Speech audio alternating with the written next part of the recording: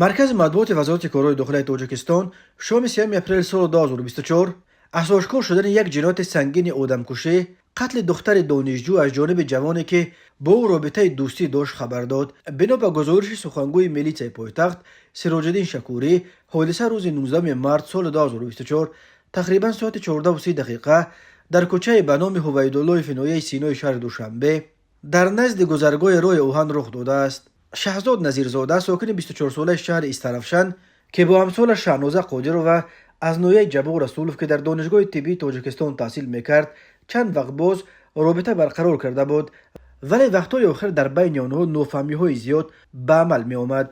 در گزارش درباره در کدام زمینه و به چه سبب پیش آمدن این نافهمی‌ها چیزی گفته نشده است، ولی بنا به فرضیه تفتیشات روز 19 مارس ساعت 14:30 شهزاد نظیرزاده در نزد گذرگاه راه اوهان روی شهنازه را پویده برابر اومدنش با او وارد مناقشه نوبتی لفظی می شود. تفتیشات بر این است که شهزاد آن روز اساسیات رشک، اسقر و غضب از قبل نقشه کشتن دختر را کشیده بود و از این رو با خود کرد را گرفته به ملاقات با شهنازه اومد. خود شهزاد نظیرزاده در این گزارش تصدیق میکند که در حقیقت پیشکی از بازار سفریان یک کرد خریده به پیش شهنازه اومد. وقتی که این ملاقات آنها نیز به مناقشه پیچید، شهزاد کرد را از جای بیرون برآورده به بدن شهنازه 7 ضربه زده است. شهزاد نظیرزاده در گزارش نشر شده به طور مفصل نقل کرد که چگونه به بدن دختر دوست داشته‌اش ضربه میزد و دختر به خاطر نجات جانش کوشش فرار میکرد و او شهنازه را تعقیب کرده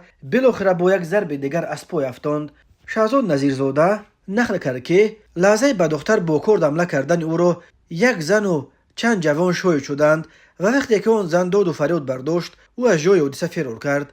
شهنازه قادرو را در حالت وزنین به بیمارستان بردند ولی طبیبان نتوانستند او را از چنگ مرگ نجادیند. شهنازه روز 25 مارس بر اثر جراحات برداشتش در بیمارستان جان داد.